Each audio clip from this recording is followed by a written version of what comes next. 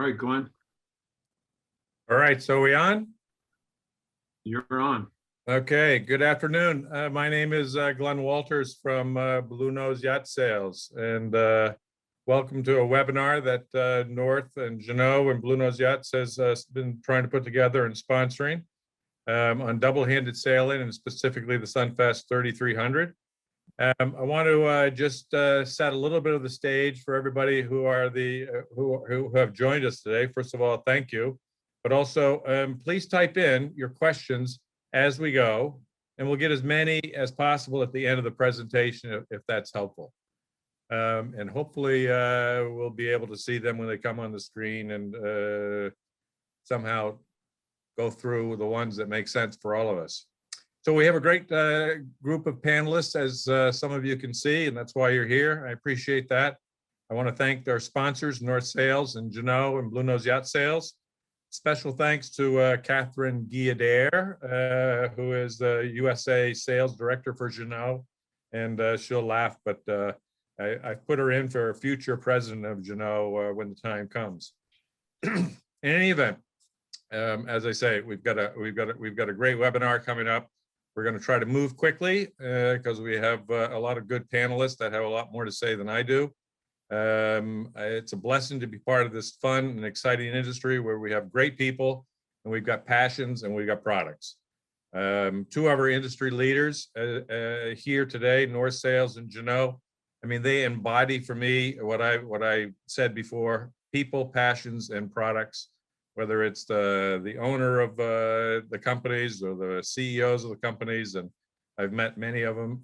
It's great to see that they have a passion for not only the sport, but the products.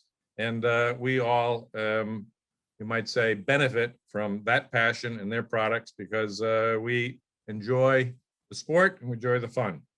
So I'm going to start with a quick summary of online of what we're going to do today. I'll make a few more comments, then I will introduce Kenny Reed. Then we'll go to Shirley Robertson from the UK, former Olympic gold medalist. Then we have Nigel from the UK, who is our special guest, an expert on the SunFast series of boats over many decades, and certainly has contributed a great deal. Then we have Libby and Rob Alexander, who are 3,300 owners, and also a race team, husband and wife. Wonderful to see. And then they're out of Connecticut.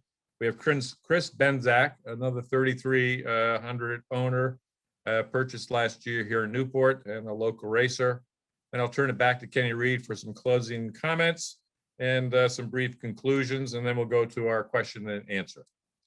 So I guess I'll start by saying is that, you know, I don't have a teleprompter, but I do have a picture of my lovely mother who reminds me to smile because that's something I forget to do. But my limited bio, I have about 40,000 miles of cruising and racing, Bermuda races, double-handed races, Bermuda, Hobart race, a wonderful opportunity where I raced with Sir Robin Knox Johnson, who is still a double-handed racer at many times. I've raced the SunFast 3200, the 3600, the 3300, some podium finishes, some last, some first.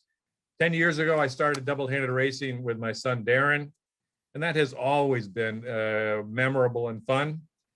He's gone on to race transatlantic races, Bermuda races, and also the Fastnet in a SunFast 3600, 2 years ago? So why double-handed? For me, it's intensely focused. It's fun.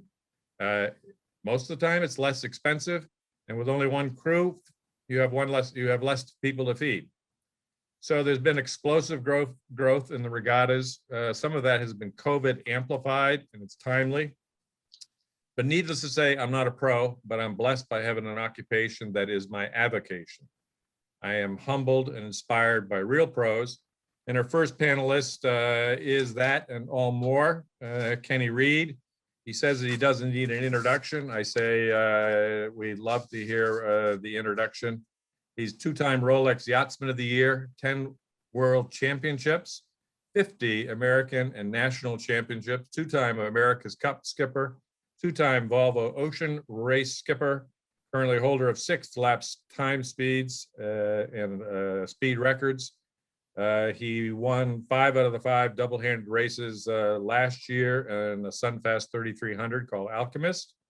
And then more recently, he had the pleasure of being in New Zealand for TV broadcasting this past winter of the America's Cup. But in my small world of friends, needless to say, I consider Kenny a rock star who is tremendously down to earth and a great guy and great fun to be with. And so it's really a pleasure to not only introduce him, but to ask him to give us some of his double-handed racing experience in the last year on the SunFast 3300, as well as an overview of what he sees in the double-handed racing in the US. So Kenny, welcome. Thank you. I should have you introduce all the time. I just want to, before I go forward, that I was Shirley's caddy down in New Zealand. She was the rock star there. The rest of us were riding on her coattails. I got miles under my, and times in your life where change is necessary. There's times in your life where change just kind of happens. What Glenn just said, really interesting. I thought of it this way: COVID amplified. How many parts of our life now were in some form of COVID amplified? Well, for me, handed sailing became a kind of an interesting way of looking at the next project for me, because first of all, I was kind of psyched to get back into my own project and not be projects in Comanche, or in this case, Peru sometimes. And I was just psyched to go get simple again, go sailing and go do the bow and jump in the pit and, work on the boat and do anything else that kind of missed. We all have done our whole lives, and then all of us get pulled into one. Are you a tactician? Are you a person, navigator? Well, what? When you do this, you bring out all your years of experience to try.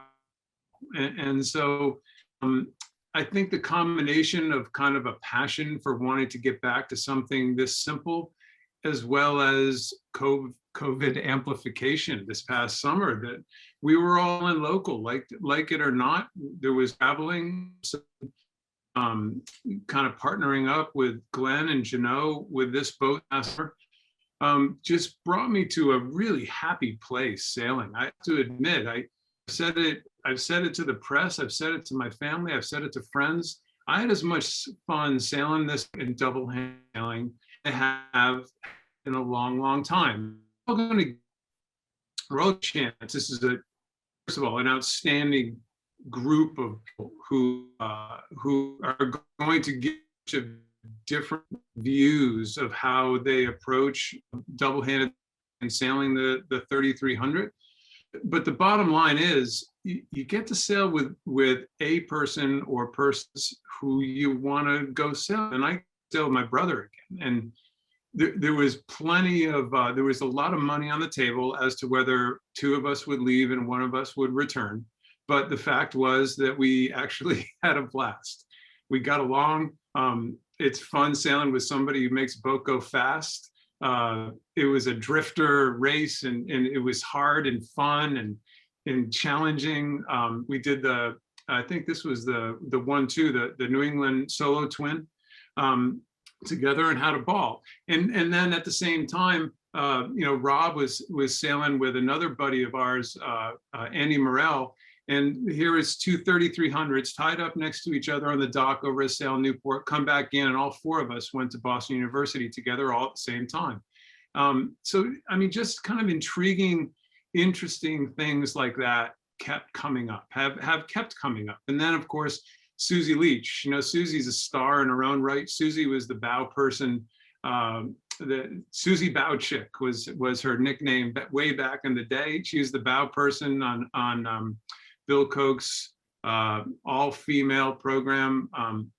America Cubed back in 1995, has an incredible resume.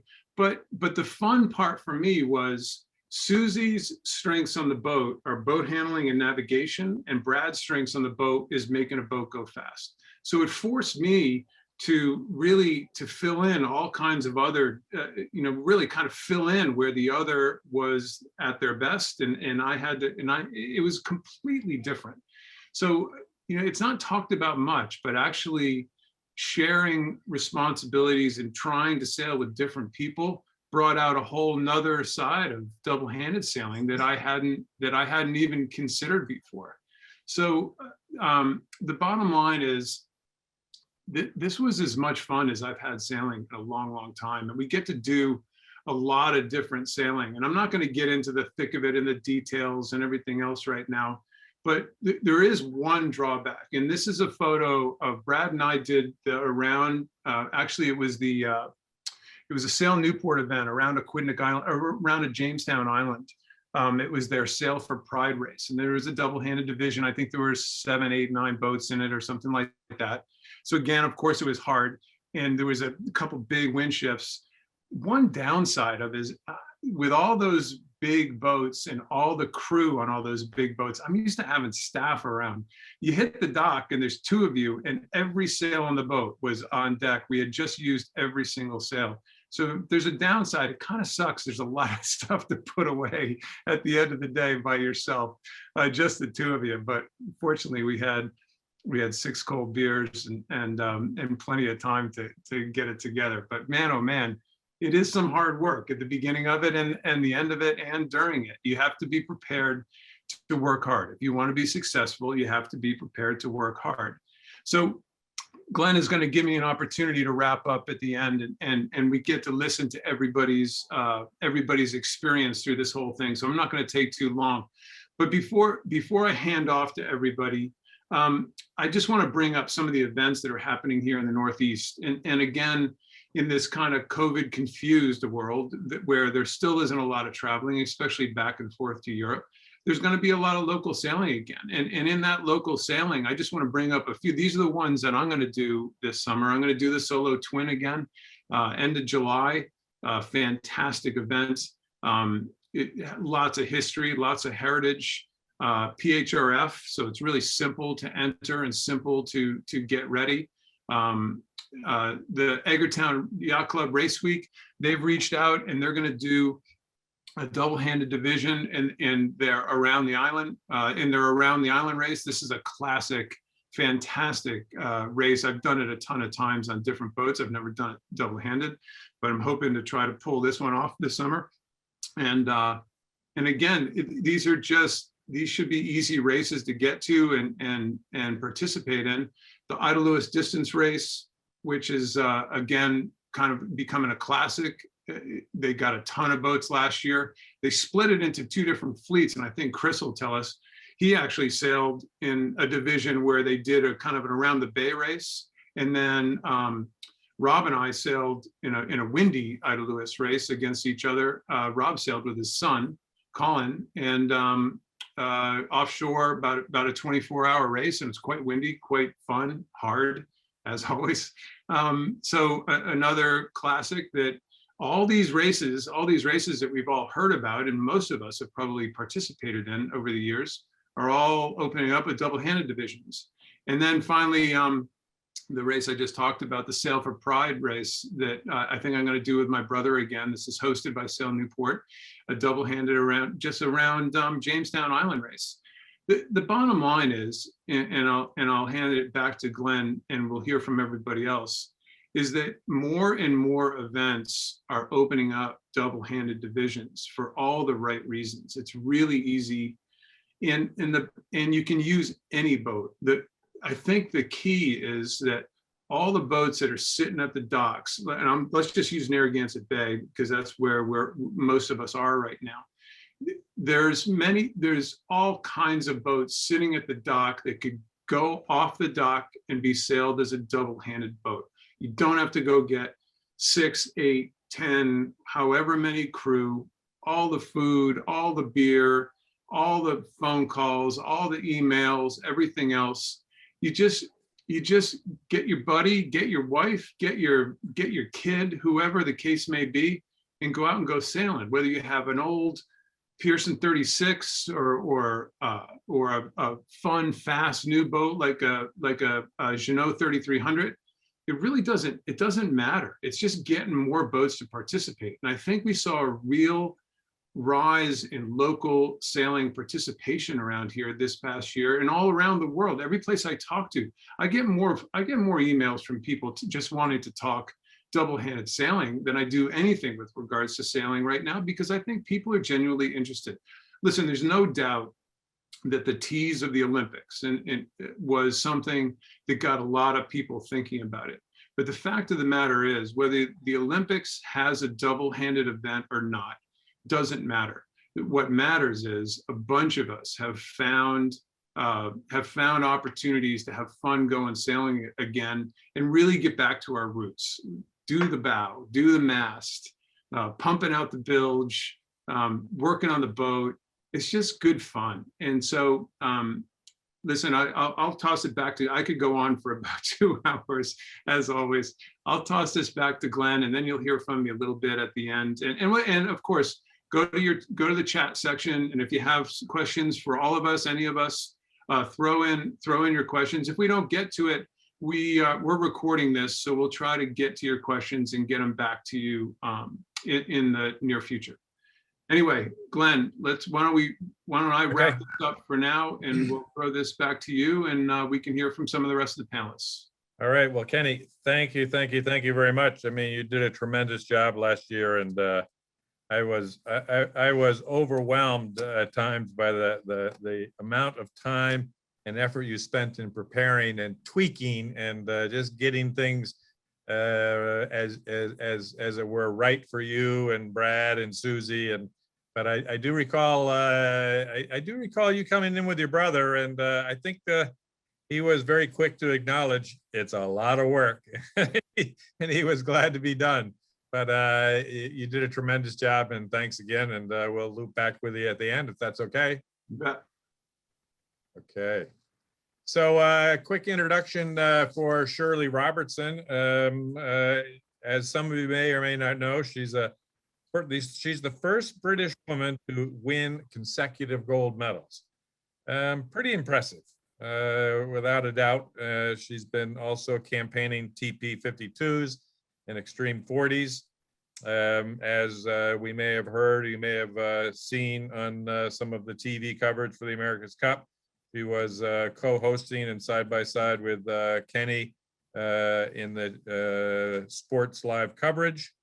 And then she also has a sailing podcast, Shirley Robertson Sailing Podcast, that I haven't listened to, but now I'm going to. She certainly has a good history of sailing around in many different boats, but now she's double-handing a 3300 called Swell.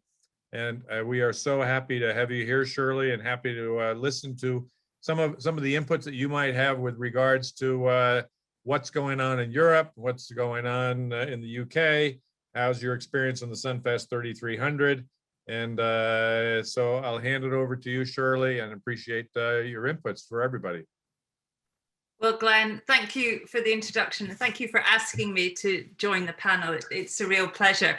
I'll talk a little bit about how I got involved with the 3300 and how I found it, and then also what we're doing in the UK. I mean, currently it's pretty successful, the class here. We're 15 boats sailing around in the Solent. So it's really promising scene. So as you would have heard from my resume, mostly day sailing, Olympic sailing, small keel boats, catamarans. I have done some offshore sailing, but always as part of a big crew. So never, the big decision maker, never up on the front, generally always steering. And I guess I'm a bit like Kenny's brother, Brad. I'm good at making a boat go quick. And so I've always just been brought on offshore really to steer. That was my thing. So this is all new for me. And it started more than a year ago now. The guy you can see in this photograph, Henry Bombi, he'd done the last Fastnet race in, I think, the first 3300 out the box, and he was lent it by Nigel Colley, the dealer, who we'll speak to a little bit later. And so they got it out the box. It was a mad panic rush, and he did the Fastnet, and which was amazing.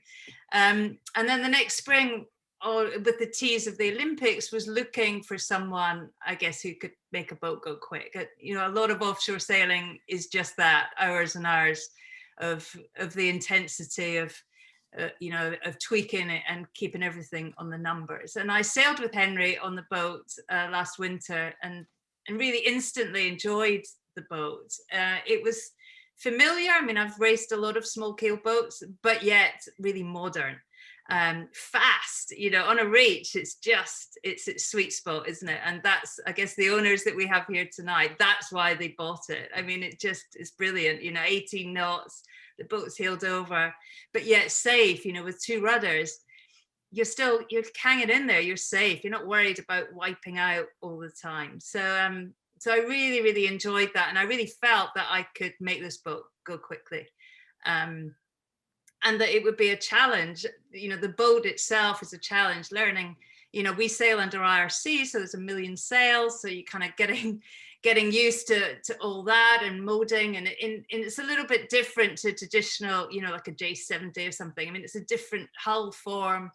It requires just a modern approach, really, to yacht racing, and I like that about it too. So Henry and I, you know, raced last year. It was the only racing that went on.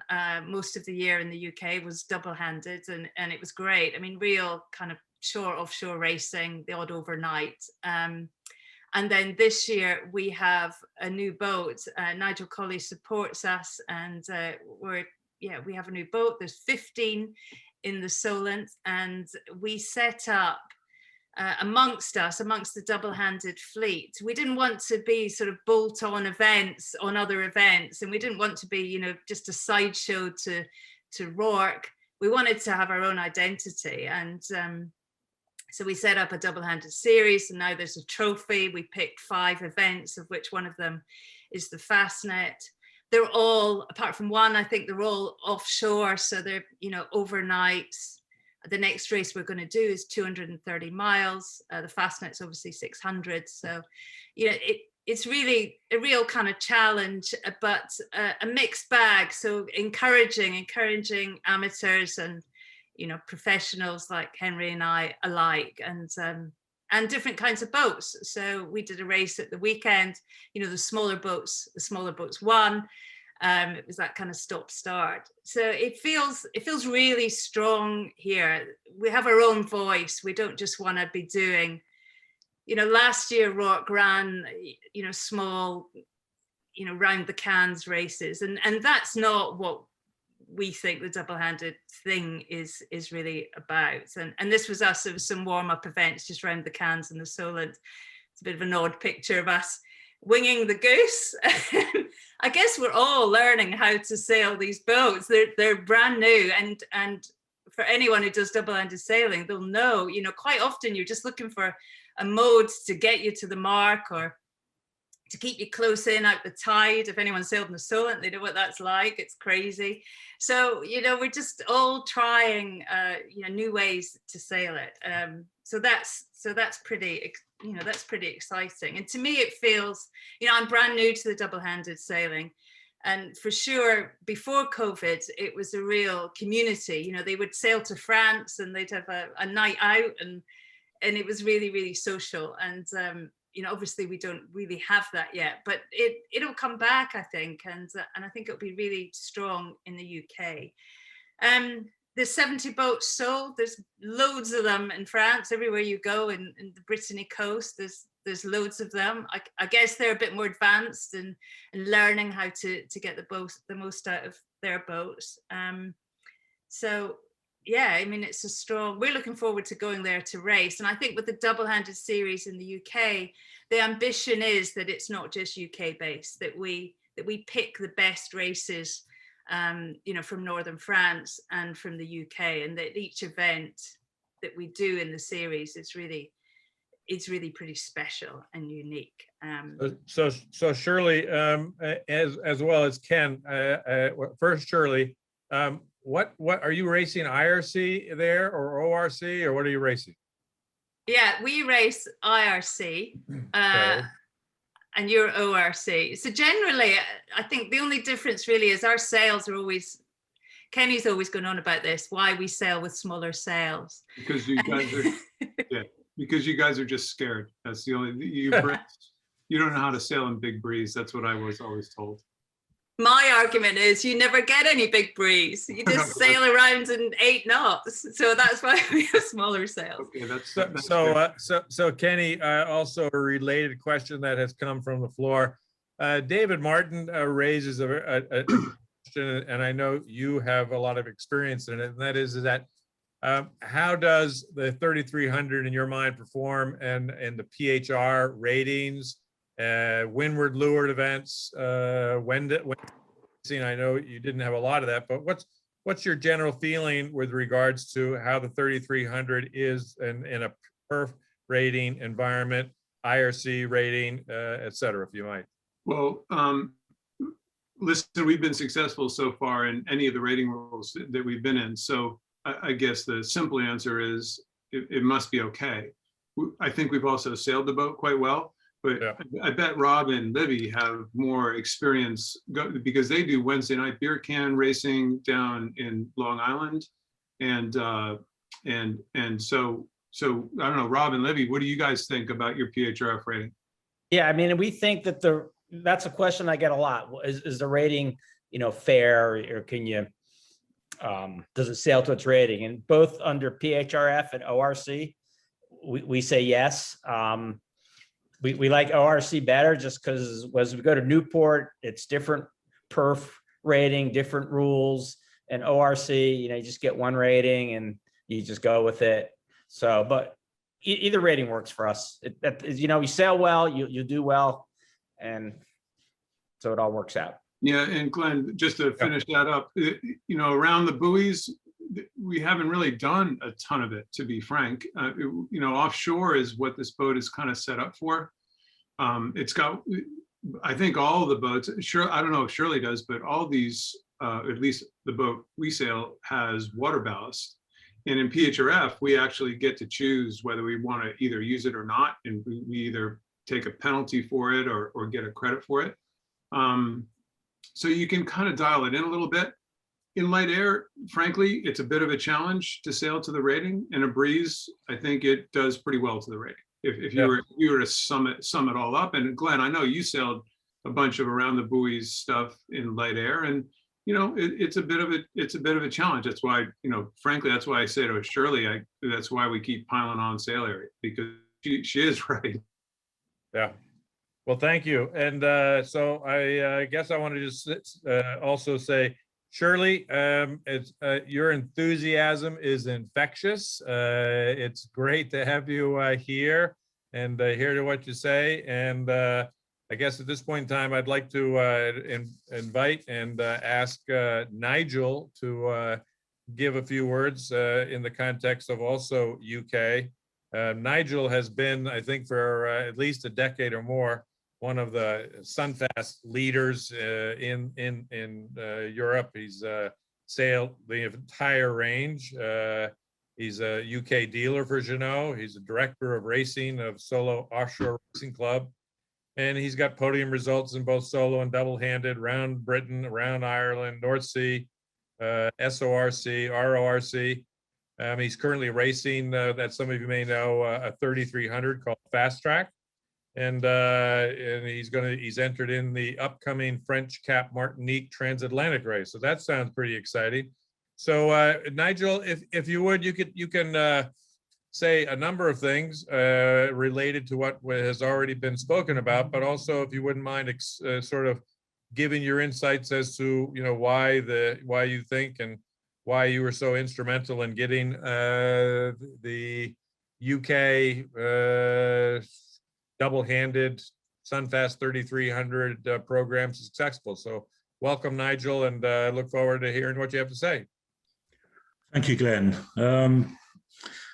So where do I start? I mean, I started sailing SunFast 10, 15 years ago, but I went into double-handed racing with the SunFast 3200 when I did the Round Britain and Ireland race and the North Sea 1000 race. And double-handed racing back then was very much in its embryonic stages. But I've been beating that drum for over 10 years now. And now, wow, everybody's doing it. It's just like suddenly caught on, and there's so much enthusiasm for it. But I've been building up the scene quietly in the UK, a lot of solo racing, a lot of double-handed racing. And then before COVID, I think it's fair to say that the double-handed scene had already started its ascension around the world. So we had events like Spi West in France in 2019, where there were 70 double-handed boats. And then we had 50 double-handed boats in the 2019 Fastnet. And now we got 80, 90 boats in this year's Fastnet entered. And as Shirley was saying, it had been the case that the double-handed classes were bolted on to the other events. It was like, oh, let's just give something for the double-handers. And now we've got in France, UK, double-handed events being put on specifically for the double-handers. And then we see the ascension of a double-handed racing in Australia, where they even allow it with some contention in the Sydney Hobart race. You're not allowed to win it, but you're allowed to race it. That's another story. And I see there's a question about autopilots, which I'd like to come back to later. But for me in the UK, I've built up a SunFast community. And with COVID, with the general rise in double-handed racing, along came the 3300, designed by Verdier and Daniel Andrieux, which is a very clever move by Jeannot. For a mainstream production builder like Jeannot to come out with something as ballsy as the 3300 was quite a commercial gamble. But they played the trick, they kept Andrieux involved. He had the DNA of the SunFast family. And Verdier is very much the designer of the moment. I mean, Verdier can make any boat go fast. It was Andrieux's job to rein him in a bit and make a boat which rated well as well. Looking at the question of the windward lewards, our experience in the UK, certainly last year, is that, to be honest, we were crap at windward lewards. But now we've had a fleet of boats all training together, all racing together. We're all learning the tricks, we're all learning the modes, we're learning how to VMG sail. We're just getting better and better in all conditions. Even in lighter airs, where, as Ken says, it's a struggle, we're still getting better. And we've even started winning light airs races on windward lure courses occasionally. So the more of us that get together and sail together and train together, the faster we all get as a group. And the rate of learning in the UK, with the likes of Shirley and Henry involved, Dee Kafari, Stuart Childley, an ex-Olympic Finn sailor, we're all teaching each other. You know, we're all sailing together, we're all swapping notes, we're having Zoom debriefs in the week between our training sessions. And the rate of learning is so rapid, but the fleet as a whole is just getting better and better. And so you look at all our races now, over half the fleet is SunFast, and that can only get better for us. How much more do you want me to say, Glenn?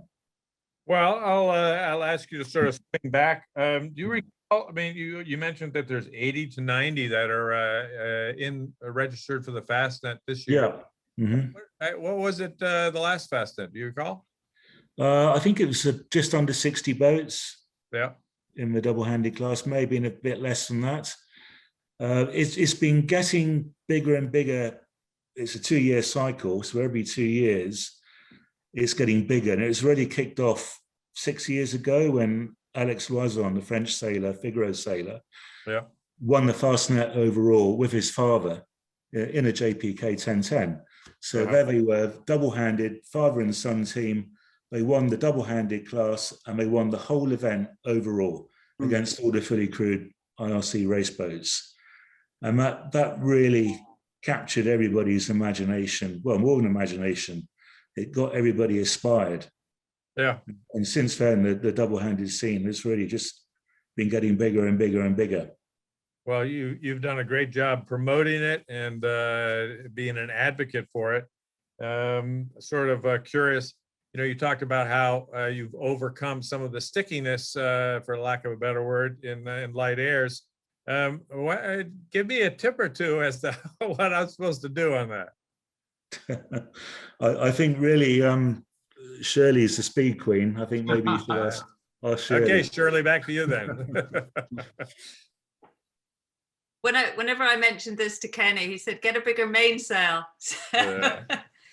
I don't know. I guess like all boats, it's about, we're now at the level where it's attention to detail. So we're just, we're just thinking it through a bit more and concentrating more on the rig and the sails and getting a good fit and how we adjust them and what we do. And last year we were pulling them up and hoping for the best. And this year, as Nigel said, they're actually putting a little bit of practice in, a bit more thought. We're North Sales, and so we work with the guys in the UK loft, and just as you would, as any fleet evolves, we're just putting in a bit more effort. I would like to say, it's so lovely we've got Nigel in the call. Nigel is the heartbeat of short-handed sailing in the UK, and I think he's the real reason that this class has particularly grown, because he's made it so easy for people.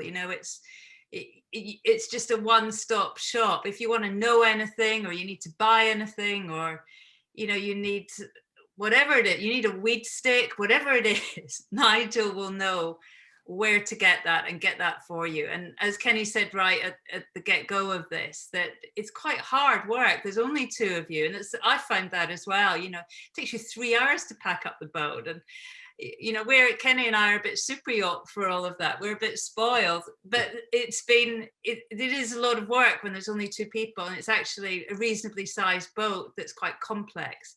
And Nigel's just really simplified that for everybody. If you want to be race tuned and ready to win, or you just want to sail it with your family, he will tell you where to go and facilitate that and instantly make you part of the community. So it really is his influence that's made this so successful. Well, thanks for your humbling words, Shirley, but I haven't done it all on my own. So I'm not blowing Kenny's trumpet, but North Sales has stood behind me for the last 5 or 6 years since I swapped from another sail maker. And in fleet racing, I'm just a middle of the fleet sailor. In short-handed sailing, it's a different discipline, it's a different mindset, it's a bit grittier, and I finish a bit higher up the pack. But North Sales were always out there supporting me. They came on board, they come out on the rib, they take the videos, we developed the sails together. Sure, I fed customers to them, so they gave me more support. And even now, they come out in the UK and they're running our training events free of charge to us. And they're not supporting us because we sail with North Sales. They're supporting boats with other sail makers, rags on board as well. Now, they're just generally there supporting the scene because the guys I talk to at North, they just realize how important it is to grow the scene for everybody. The more players and participants we get in this discipline, the bigger it gets for everybody and the better we all do out of it. Tide goes up, it goes up for all, right? Yeah, absolutely. Good, that's nice to hear. Yeah, it's great to hear. And again, Nigel, Shirley has extended to you a lot of accolades for being behind this program. And you have some big shoes to fill that I need to learn from, and need to do a better job here. And so I'll be in touch with you. So I'd like to now introduce Libby and Rob Alexander. They've been sailing, I guess, together since they met in college at a sailing regatta. Libby is now the rear commodore of the American Yacht Club, first woman ever to be such. Glad that Libby broke another glass ceiling. They've recently they had a good year last year, the first year, and more recently they raced, I think, in the last weekend or thereabouts, and came in second. And so Libby, I'm going to start with ask you to start, because ladies first. It's so nice of you to join us and add your perspective and inputs on racing the 3300. And so, how did it go last year for you? Well, first of all, Glenn, there's no ladies first in double-handed sailing. That's here goes, right? But so we took delivery of our boat like almost exactly a year ago, right, kind of at as COVID was peaking. So, you know, it was the timing for us was really fortunate. We got to do so much sailing last summer, and different type of sailing, as Kenny alluded to earlier.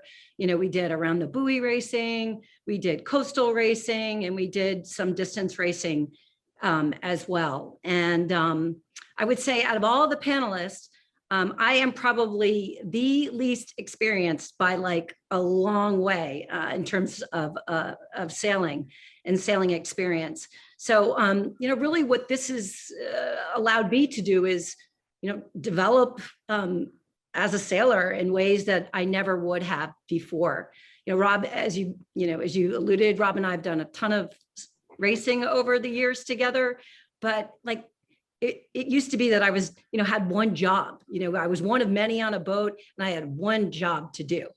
And, you know, this format, you know, it really forces you to have to learn to be a generalist, and you don't have to be an expert at everything, but you at least need to, you know, kind of be competent at doing everything. And actually a good example of that was last weekend. Rob and I were racing, and Robert rolled his ankle, and he literally only thing he could do was steer for the rest of that race. So it forced me to get up on the pointy end, and it's not an area of the boat that I normally spend a lot of time up there, but I had to figure it out, and I was able to do it. And it felt so good. So, you know, for me, it's just been a lot about like growing as a sailor in ways that, you know, I wouldn't have done the way we were racing before. And I would say the other thing that's kind of been a positive about it is that with just two people, there's fewer bodies between Rob and me. So it's much quieter. There's not as much yelling on the boat. So it's been great for our marriage. Well, that's good to hear. So before I ask Rob to give us some of his inputs, Libby, what was the most fun race that you had last year, and why? Oh, I would say for sure it was the Vineyard race. Uh-huh. And yeah, it was about 230-mile race. I had done that race only once before, and it was on our previous boat, which was a gunboat. Very different experience, right? Being on this little boat. But it was, first of all, there was this harvest moon, and it was just a beautiful night. And it was just kind of like the two of us, you know, pushing forward. And I honestly, we had a lot of wind, then we had no wind, and then we had a lot of wind again. And there was just so many highs and lows of that race. But we finished, we did well. And it felt like a real accomplishment. So for me, it was definitely doing the Vineyard race. Really fantastic. Well, you know, again, just looking at your facial expressions and hearing your voice, I can tell that you're going to have another good summer and you're going to have fun. And I think it's fantastic that unlike Kenny's comment that when he left with his brother, they weren't sure who was going to get tossed overboard.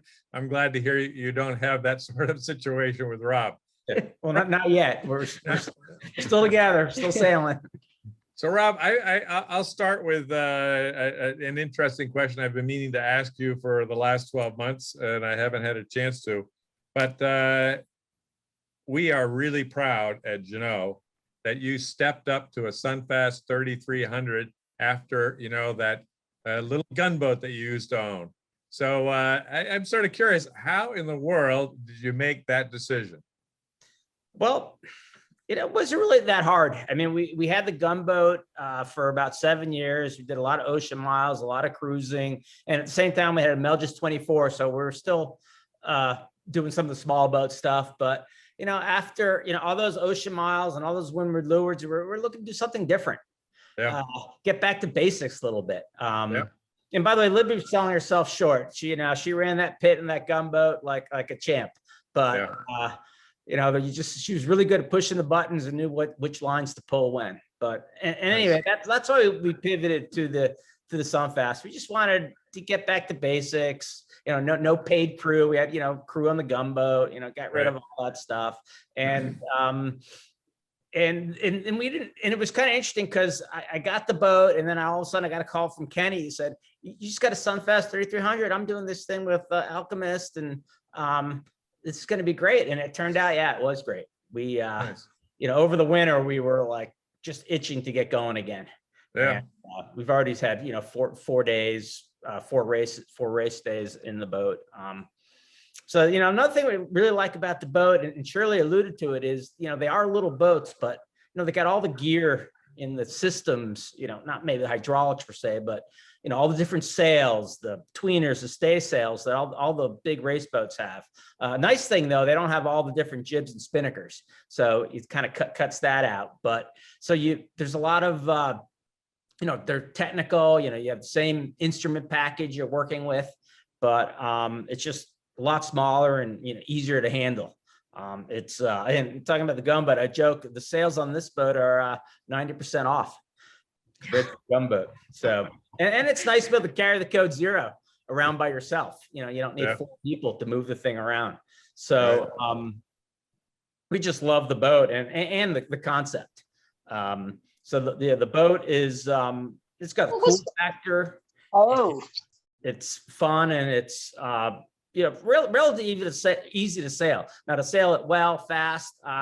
We had our moments of glory racing against Ken. We were ahead of him for, not at the end of the race, but we got there. But it's just putting all the legs together, and it's hard to, like any boat, to come out on top is hard. But in general, in the big breeze, we had a big breeze Saturday. Libby and I were out there. It was no problem. So we just love it.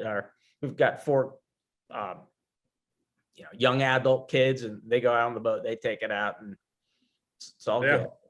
Well, thank you. And, it was interesting that, you also made a statement that it was great to get back to the basics. And I think that was a little bit of a theme that we heard from Kenny and others. And I suspect that's one of the reasons why the growth in double-handed sailing has been what it is and will continue to go up. And so one last final question for you, if I may, Rob.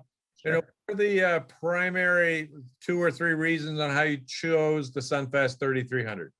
Actually, I didn't cover that. I had a friend. There's a friend at our yacht club here at American Yacht Club who has a 3200, and we knew we wanted to get another small boat. We had the Melges, but we wanted to do some real, coastal racing, and so we went for a sail on that. And I looked at actually a 3600 that was used, and we went on a day that was pretty breezy on 3200. I said, you know what, this is enough boat for myself and Libby. We don't need a bigger boat. And then I looked at J99, looked at the SunFast 3300, and I just liked the 3300. It had the cool factor, the water ballast. It has it down below with, you can sleep there and stuff. It's got a head, but it's nothing fancy down there. We don't want that. And it just kind of had the whole package. On a reach like that picture on the left on the screen, I mean, the thing just screams. The water ballast is just awesome to have that, and that's what makes it perform. Sailing double-handed. Basically, you have like 250-pound people on the rail almost. Yeah, and, it's good stuff. Well, again, my congratulations to you last year to jump into a new boat, and to jump into a relatively, let's say, performance oriented boat that is demanding for in a double-handed fashion. I think you did tremendous, and glad you're off to a flying start this past spring, and look forward to seeing you out on the racing circuit. I'd like to then just introduce a local 3300 owner, Chris Benzack. I started working with Chris some time ago about this 3300 that he wanted to order. He was one of the most, he's one of the most enthusiastic buyers that I've bumped into in a long time. He was anxious for it to arrive. He was anxious to get it in the water.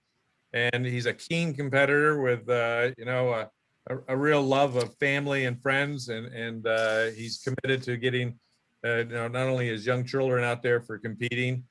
He's got some offshore sailing with Pacific Cup campaigns on J29s and double-handed on a Moore 34 and some bigger boats. And he's looking forward to a full season here. And so I guess I'll ask Chris to make a few comments as to how your family likes it. We can see one of them there is certainly got a smile on his face. And Chris Benzack, welcome. Thanks, Glenn. I appreciate it. I hope I just am so enthusiastic to be here talking about the 3300. First, I'd like to give a shout out to your team at Bluenose and Tim Dawson at North and everybody that you know, brought the program to us last year. It was a slow start with the pandemic, but this is a boat that has been on my mind and something that I'm you know, truly been searching for a long time. I'm not new to double-handed racing. In the early aughts, my partner Eric and I competed in built a Moore 24 program for many months together, and raced at Kaneohe Bay. And we got into Kaneohe Bay after 18 months of building that program, and ran into a boat that kind of blew my mind, and that was the Roger Martin Quest 30. And I saw kind of the commodious design and kind of, you know, going from our little boat to that open transom design was something I kept in the back of my mind. You know, life went on. I joined other programs and sailed, you know, several other programs in the East Coast and with all the wonderful people. And shout out to the Samba team here in a Quest 30 in Newport, racing competitively all the time. But for me, it was about getting to, you know, I wouldn't call it, you know, I think of it as kind of like point-to-point exploring with the capacity to race fast and the capacity to do events that are competitive, you know, like what Libby was saying about Round Martha's Vineyard, you know, Round Block Islands, the Ida Lewis race, of course, the Solo Twin, and getting to some of these coastal New England events with a boat that they can perform in a way that's, you know, also commodious and easy to maintain, all the things Rob was just speaking about. She's a super sweet platform to do a lot of different things. I love this picture here. This is just before decommissioning last year. And it just kind of demonstrates the thoughtfulness of the layout, the capacity for speed and power, the simplicity of design, and, you know, really what we were all looking for in the next steps on the boat. So you're what races do you anticipate this summer? Is it too early to say? Chris? Well, you know, as you know, Glenn, last year we had kind of a half season. Right. We had a delay out of Poland with the hull for a couple of months. I remember being upside down attaching the strong point for the inner forestay, maybe about 90 minutes before the Solo Twin start. I enjoyed one of Ken's earlier talks about how he, you know, has a third on the boat to, you know, get smooth sailing right up to the starting line, and we certainly didn't have that last year with Dale and I trying to get to the start. We're starting off in a couple of weeks with Round Block Island, so we'll bring the boat down to Western Long Island Sound, and we're just going to attack as many fun events as we can, to get the boat underway and keep the project moving forward. It's exciting. It's a great boat to introduce to my young children. We had Charlie in the other slide there, sunburnt in Narragansett Bay.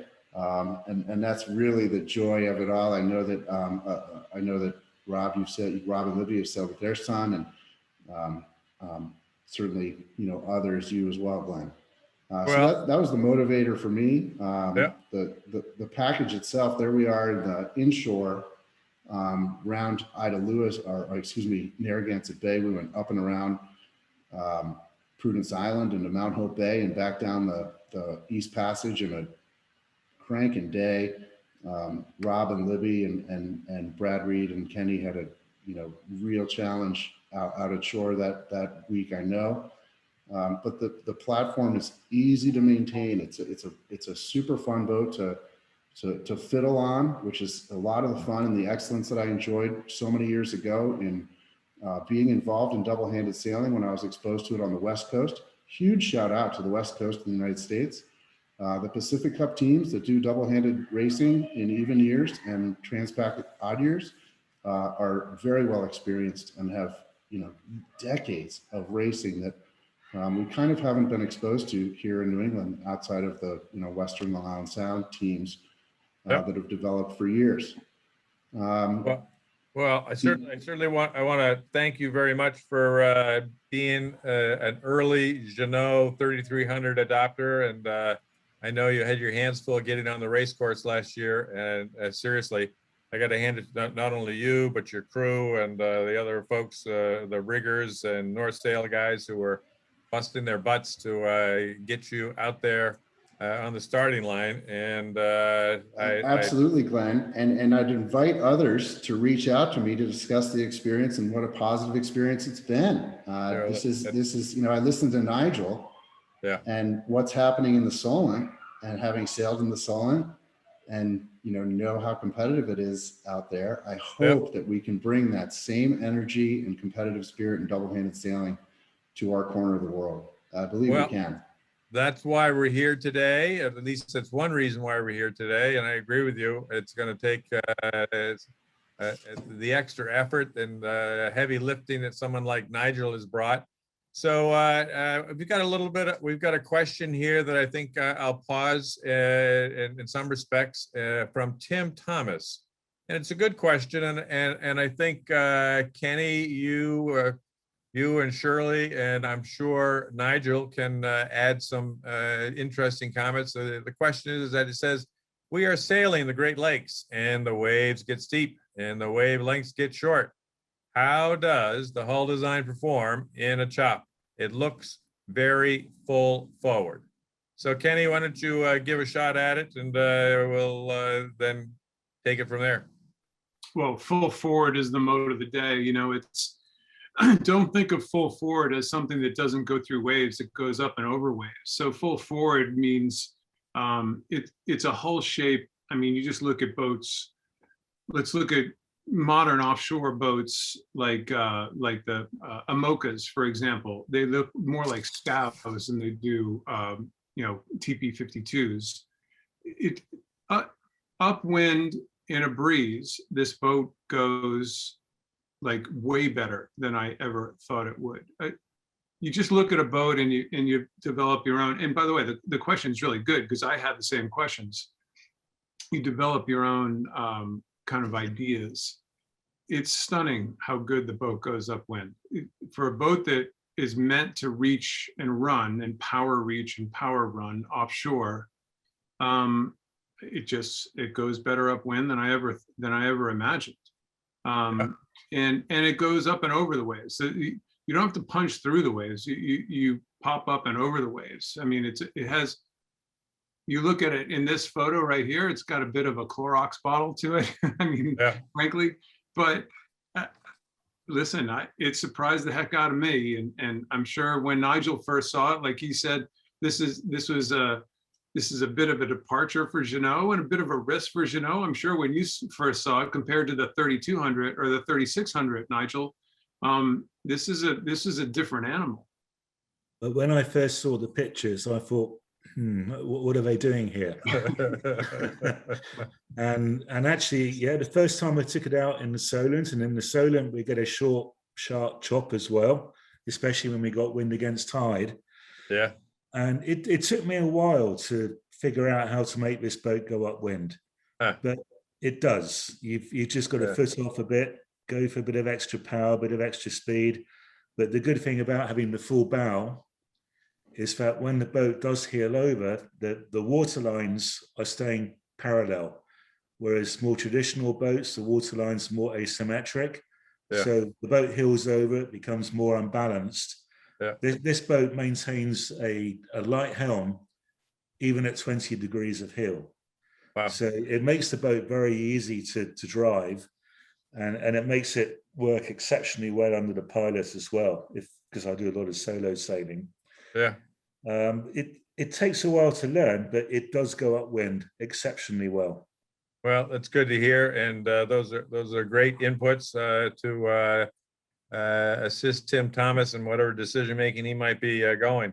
So, Kenny, if I could just sort of like turn it back to you for a couple of final comments before I do a closing, and then toss it out for any other questions and answers. So, Ken, back to you. Sure. So one thing that I'm acutely aware of is that there's been a lot of people who have been double-handed sailing for a long, long time.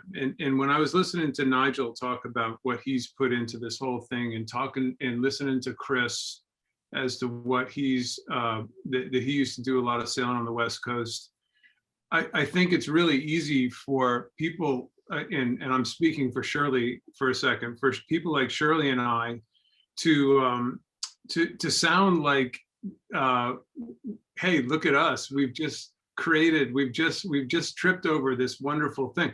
There's been a lot of people double-handed sailing for a long, long time, and we're just finally getting smart enough to figure it out, that it's really fun. People like Rob and Libby and myself and Shirley are just kind of figuring it out. So by no means should any credit come to any of us whatsoever, except for people like Nigel, who have been building up, and you know what, the French, just that French spirit of their solo double-handed sailing, that helps create stuff like this. Remember, Guillaume Verdier was one of the primary designers on Comanche, so I had a little bit of experience with Guillaume.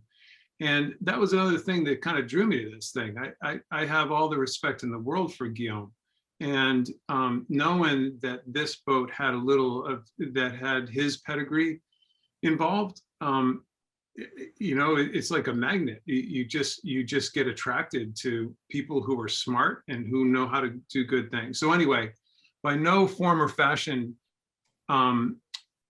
are we in a position where we're saying, hey, we're inventing double-handed sailing. A lot of people have worked on this for a long, long time, and God bless them. I think it's fair to say, shame on us for not figuring out earlier, and thank goodness for us to have finally tripped over it in that, you know, in that respect. One other thing, Glenn, and I'll hand it back to you. Just a great mix of views, right? Of all the different panelists. I think we're losing Kenny. Come on back, Kenny. Testing 1, 2, 3. Can you hear me, Ken? Wave if you can. But there's one thing I've heard a lot of crazy excuses in my day. And Yeah. Rob's ankle twisting story, so Libby had to go do the bow, that is the biggest crock of shit I've ever heard in my sailing career. So Libby, shame on you for falling for that. And Rob, really shame on you for trying to pull it off in the first place. Oh my God, that is unbelievable. Pretty good for him, but he got sit in the back and watch the action. Unbelievable. Anyway, Glenn, thanks for putting this together. Thanks No, for thank you. Bluenose and Janot. You guys have been stars. hey, we're just trying to promote the sport. That's what we all try to do all the time. We're trying to promote the sport, get more people off the dock. So hopefully something like this is helping accomplish that. Well, I'm sure it is, Nigel. I mean, it's clear to me that, in today's inputs and comments and observations that, there's a lot of excitement for the sport in general, double-handed, and there's a lot of excitement for the SunFast 3300, which we're looking to grow and build here in the United States. It takes great people like Nigel and Shirley and all of the panelists who have a passion, and thankfully we also have the designers in Genoa who are providing us really great products that give us adventures and fun and give a lot of intensely memorable moments. So without a doubt, Doublehanded is here to grow, and I'm thankful that we might be able to play a small part in that. We got a couple of other questions, so I think this one is directed towards Kenny. A gentleman by the name of Graham Beal, if I pronounce his name right, and I apologize if I didn't, but he's got a 3300 coming in to Sydney. He's purchased his sails from North Sail, San Diego, which is great. And they've been having a debate, Kenny, with regards to an S2 versus an A2 kite downwind. And I know that debate has gone on in a lot of other places. So do you have some inputs? And then maybe Nigel will have some inputs since he's been working in this program for an extended period of time. Yeah, that's a great. Oh, we're losing Kenny again. Must be the bad weather we have. Shirley, I hear a rumor that there's a lot of people playing with symmetricals over there. Not that I can even imagine adding the complication of spinnaker poles and guys and sheets and everything else on a boat that you're trying to simplify. But Shirley, what's going on with symmetricals versus asymmetricals over there? I think last year we all felt perhaps under IRC we were struggling against the symmetrical kites if on long VMG runs. We didn't actually try well, I mean, we might have tried a symmetrical shoot with Nigel. No one in the UK so far has gone with a symmetrical shoot.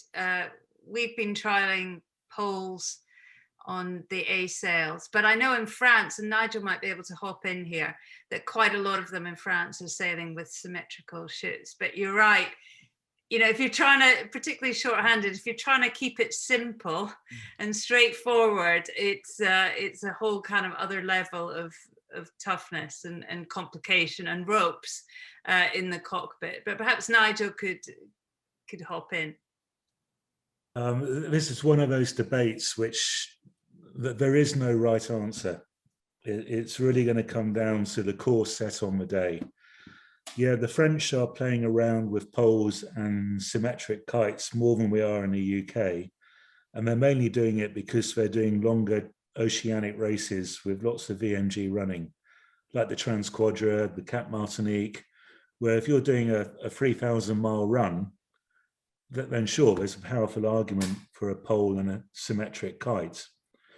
My counter argument to that, which is what Shirley and myself have been trying in the UK, is to put a pole on a boat and pole back the A sails, because a typical A sail is 10 to 15% bigger in area than an S sail, and we're finding we can sail as low as the S sail boats, and the VMG is definitely quicker. It's just a debate as to whether or not the rating penalty compensates us for the extra performance, and that all comes down to the length of the run.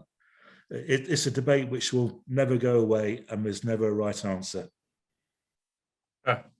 Well, I've heard the debate myself quite a few times, and I think Shirley's comments are spot on for me. I got enough problems handling all the ropes in the cockpit without worrying about, doubling them up. So I suppose you're right. If you're doing 3,000 miles downwind, it might be, you set it up and you go, and that's all right. So a couple of more questions, and I'll just then close it off. We got one question from Michael Polkabla with regards to developments in autopilot systems for shorthanded and solo sailors, particularly as a result of development seen in the Vendée Globe. Well, since I'm not familiar with those developments, I guess I've got to ask Kenny if he knows, or Nigel, do you know what this gentleman might be asking about with regards to developments in autopilot systems for shorthanded and solo sailors? Nigel, why don't you start on this? And all I can say is that the autopilots for these types of boats couldn't be more different from what they're developing on the Vendée Globe boats. Those are you could spend as much money on a Vendée Globe autopilot system than you do on the mast and sail package combined. It's almost he or she who spends the most money wins in that type of environment. Here, it's a totally different animal. And Nigel, I know you guys developed the tow-in device on the rudders and things like that. You probably know a lot more about this stuff than I do. Well, I think the pilots are the elephants in the room, really, because forget the Vendée, the Imoca pilots. You're talking 200,000-300,000 euros for the latest Imoca pilots. And, you know, those guys, they're sailing around the world solo. They're not hand steering. You know, they're 98% of the time, the pilot's doing the work. So the pilots they developed, they really are six-figure sums. They're completely irrelevant to what we're using down at our level. Sure, there'll be some trickle down of the technology. Down at our level, we're using B&G, NKE, gyro pilots. We're talking thousands, not hundreds of thousands. A pilot for a short-handed boat can be worth its weight in gold. Especially solo. When I'm racing solo at night, it's shifty. I can't see the shifts. I can't see the telltales. I'm tired. The pilot will sail better than I can. Sailing double-handed, you might use the pilot just to help you do some maneuvers, but the fully crewed boats, they never use the pilot. You ask a pro who can sail the boat better, the pro or the pilot. The pro can sail better all the time. That's because he wants to get paid more, Nigel. He wants to get paid more, but you know, this is a debate in Royal Ocean Racing Club. They now allow pilots on all boats. Right. They started off by allowing the pilots in the double-handed boats. The fully crewed boats complained. They said the double-handers got an unfair advantage because the pilots are so good that they can actually sail with their pilots than we can with the crew. Yeah. So then Rourke turned around and said, well, okay, let's level the playing field. You guys can use pilots as well, but you show me a fully crewed boat that uses a pilot. There aren't any. Right. Hey, so Kenny, back to you if I could for a minute. I seem to recall, you know, you had a pretty full-on couple of overnight races, and I recall you getting back to the dock and saying that the autopilot was a very robust and worked fine, right? Well, I think power reaching, point-to-point reaching. The one thing that I learned about the autopilot is early on in the piece, I got a clicker that I had around my neck all the time, and I could adjust it, and I could actually feel the boat a little bit. If I was wandering around the boat, I could actually feel it and steer up and steer down. I thought that was a huge point for us. I think we have I think we have one of the simpler version B&G units, and it was okay on a power reach. Upwind, as long as it wasn't shifty, it was okay. Downwind in a breeze, we could never get it to catch up. So we hand steered all the time, downwind for the most part. Unfortunately, like Nigel just said, it's how much you want to pay. I mean, honestly, this is cost benefit situation. And, you know, I think double-handed allows you not to have to pay much, because part of the fun is steering, by the way, especially when you figure out how to come up with the crap excuse that you've rolled your ankle and you have to steer for the rest of the race. part of the fun is steering. And You're not gonna, hey, Kenny, you're not gonna let that one go, are you? no, this is phenomenal to me. I went to school with Rob. Rob and I have gone through the wars together. I'm not going to let up on this one for the rest of my life. This is unbelievable, actually. This is phenomenal. Okay. Well, thank you. I think we're going to wrap this up here. We're just 15 minutes past 1 hour. So my final remarks are really a heartfelt thanks to all of the panelists and everyone at North Sales and Jeannot. I think this has been a fun event today. I think we all learned a lot, and we're looking forward to any further detailed questions by email or phone. Feel free to do that. It's going to be an exciting post-COVID chaos sailing season, and that will hopefully bring out more people than ever to enjoy themselves. And I guess we here at Bluenose are going to try to do our best to follow in some of the footsteps that we heard from Nigel today, and trying to promote the sport and trying to promote the product. And we're open-minded to any fleet discounts that people might want to talk about. And but again, thanks to everybody. And if there's nothing further, I think we're going to wrap it up and say thank you. And I look forward to seeing everybody on the water this summer. Thank you, Glenn. All right. Thanks, Bye for Glenn. now. Thanks, Glenn. Bye, Thanks, everyone. everyone. Good Have a night. great Thank you. day. Thank you.